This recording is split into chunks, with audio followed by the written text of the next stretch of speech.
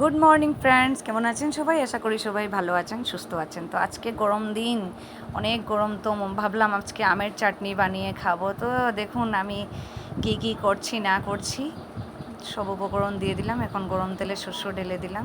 এখন আমের দিস্তাতে সব মশলাগুলো কুটিয়ে নিলাম। এই যে দারচিনি, এগুলো তেলে ঢেলে দিলাম। তারপর লবণ দিলাম স্বাদ মতো, তারপর একটু চিনি ঢেলে দিলাম।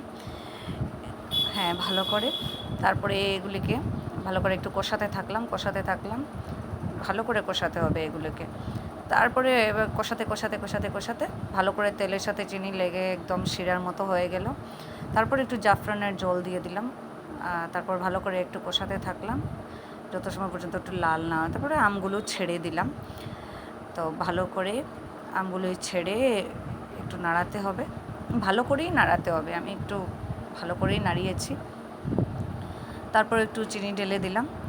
তারপর এই তো দেখুন আমার আমের কালারটা অনেক সুন্দর হয়েছে না? আপনারাও খাবেন এরকম বানিয়ে করে, গরম দিনে অনেক ভালো লাগে। তারপর বাদাম গুঁড়ো ঢেলে দিলাম লাস্টে। এখন ভালো করে মিশিয়ে নিলাম, আর গরমে খুব ভালো লাগে। কমপ্লিট হয়ে গেল আমের চাটনি। লাইক